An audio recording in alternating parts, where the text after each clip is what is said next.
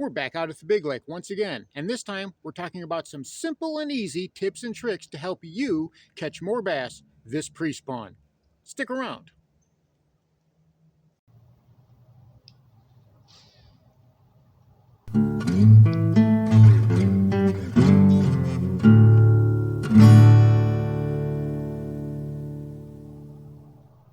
And here is this video's featured comment. If you would like to have your comment featured in an upcoming video, all you've got to do is leave a comment. And now, on with the video. Welcome back to Lowbrow Fishing, and today we're talking about the pre-spawn, that magical time of year when fishing seems to get so much easier. Those bass are waking up from their cold slumber of the winter, and they're ready to feed on craw, on shad, on bluegill, on anything that's available. For a lot of anglers, this is the time of year that they wait for even more than the spawn or the fall season whenever those bass start feeding up for winter. And why is the pre-spawn such an exciting time? Well, those bass are just in all-out hunger mode. They've got the spawn coming up in a month or so, especially in the deep south when the water gets warm and you're looking at early March, mid-March. In fact, even places in Florida, in South Florida right now, are already in the middle of the spawn. And we will be here soon in about a month. That means those bass are hungry. They're going to be eating. They're going to be ravenous. That means they're going to be a lot more susceptible to fishing than they are pretty much at any other time of the year in a lot of regions. In some areas, well, obviously there's always exceptions, but in my area especially, pre-spawn fishing is a blast. It's probably one of my two favorite times to fish during the year, the other being the fall transition. But a lot of times, anglers, especially newer anglers, well, things can get complicated. It can become overwhelming. You hear all of this information about the pre-spawn. You probably hear more about the pre-spawn than you do any other type of fishing, especially with bass angling.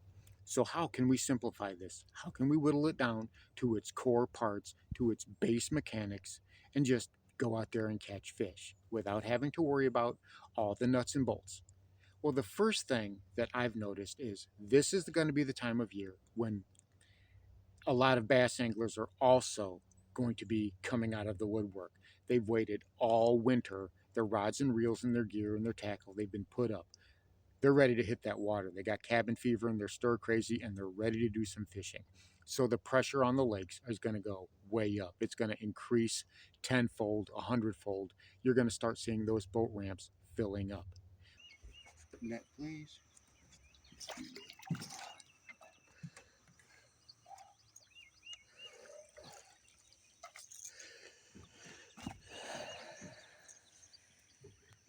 All right.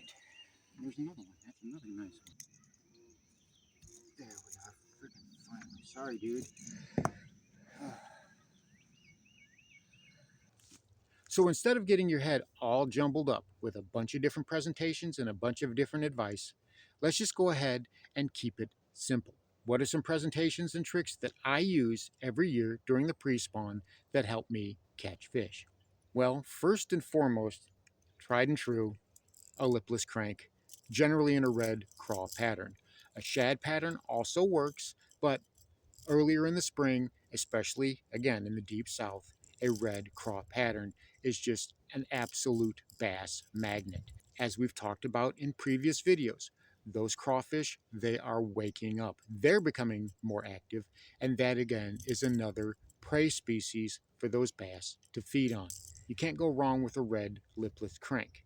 A red square bill, if you're fishing from the boat, is probably going to be your main choice. But if you're fishing from the bank, well, even if you're fishing from the boat, just a red lipless crank, it's going to do wonders. So that's one bait. You kind of fish it a little bit slow. You kind of starts and stops. Bring your rod tip up, let it flutter down, especially if you can get over the top of some vegetation. You want to kind of tick the tops of the vegetation with it, and you'll find that those bass will just come up and munch it. They will inhale it, and they will strike this almost like they hate it, like they're trying to take out their vengeance on it for an entire winter of not feeding. So there's a lot of reasons why guys throw red lipless cranks, especially in the pre-spawn, and that is they get bites, they get big bass, and they just work. Ooh, he's pulling some line. Where you going, buddy? Where are you going?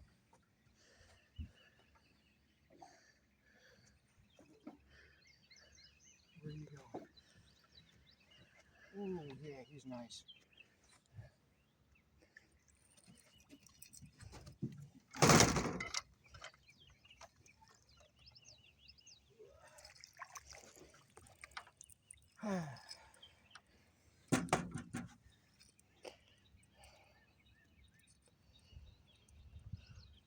There we go. Come on. There we are. All right. These are nice fish. Now, for something that's just a little bit more subtle, something that's a little bit different from what other guys are going to be throwing. Some guys are going to be throwing a spinnerbait. Other guys are going to be throwing an A-rig, especially here in Mississippi where, you know, you can have all 5 hooks on your A-rig, so people just throw them like crazy. Me, I'm going with an underspin. An underspin like this little guy with a, I believe this is a 1/2 ounce Yum underspin, or it might be a big bite. I don't exactly remember. However, I've had this thing for a long time. And with this little Rage tail 3.5 inch, you can go bigger 3.75, 3.3 Kitech swing impact or fat swing impact will work just as well. Something that gives, you know, just that little kick that just mimics a couple of minnows or a couple of shad that are swimming together. That's kind of what you're looking for. It's a little bit more subtle than a spinnerbait and especially more subtle than an Alabama rig, but this can also get you some monster bites. I have gotten bigger bites and bigger fish using a spinnerbait in a little bit deeper, a little bit more clear water in the early spring, the early pre-spawn than I have with either an A-rig or a spinnerbait. So this is kind of what I go to now is a good old underspin. Now, next up, I mean, you know I'm going to throw them in here, right? I mean, obviously, jigs. This here is a 6th Sense swim jig, and you're just not going to go wrong with a swim jig, especially in this pre-spawn whenever those fish, again, they're becoming more active, they're looking to feed, and this is sort of a bluegill pattern, and this works great on my lake, and right along those grass seams, right along those edges, this works magic. Subtle twitches and pops. You can even let it sit on the bottom, give it a couple of snatches, let it float back down. Whatever. A swim jig comes through the vegetation. We've been on a big swim jig kick on this channel for a while now. Now it's time to put the skirt back on it and fish it the way it was meant to be. No more lowbrow rig. Now we're actually fishing the swim jig for real.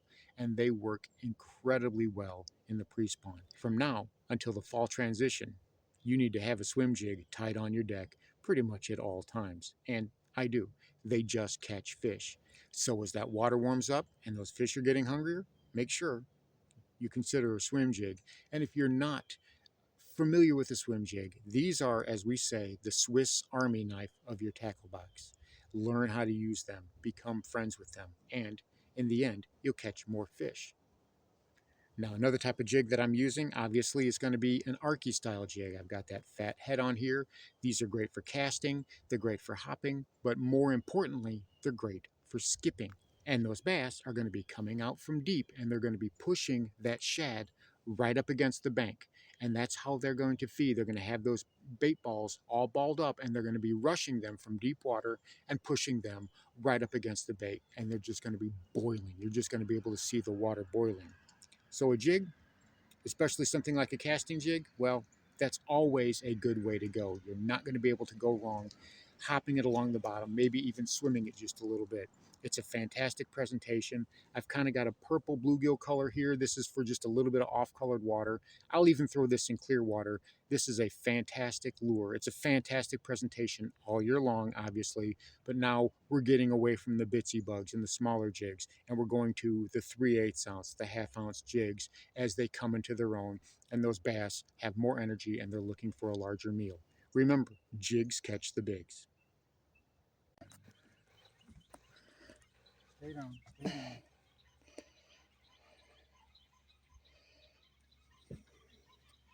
That's what we got here. Oh, yeah.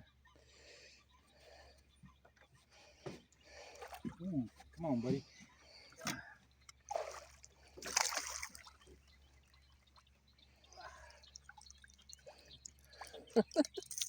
You ain't going nowhere.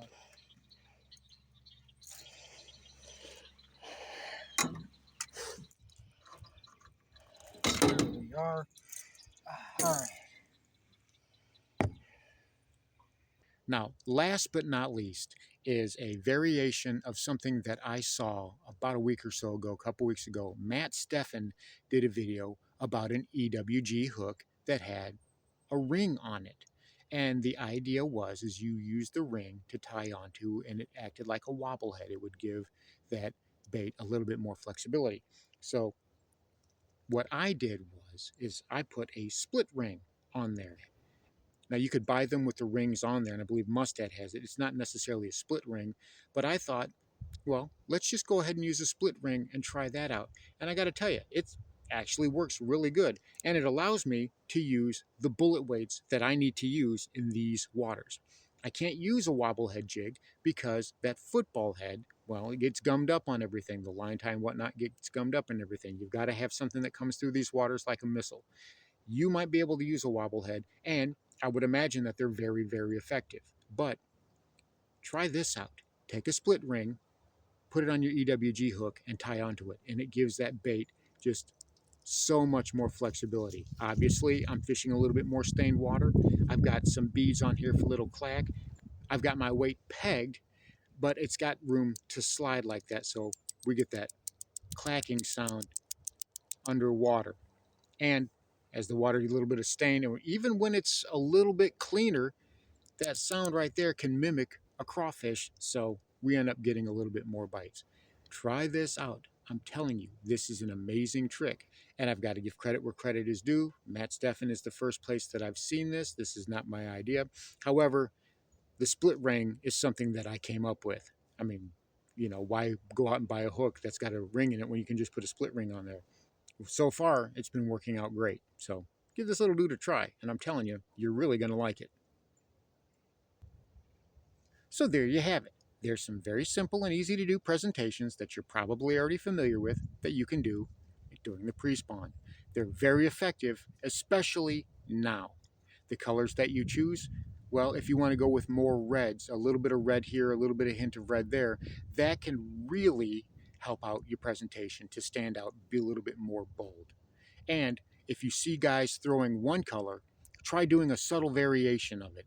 Throw something slightly different. Sometimes being just a little bit different, that little bit of variation from everybody else, is something that the fish have never seen, and that's all you need to get them to bite your line instead of theirs. Thanks for watching Lowbrow Fishing. We'll catch you in the next one.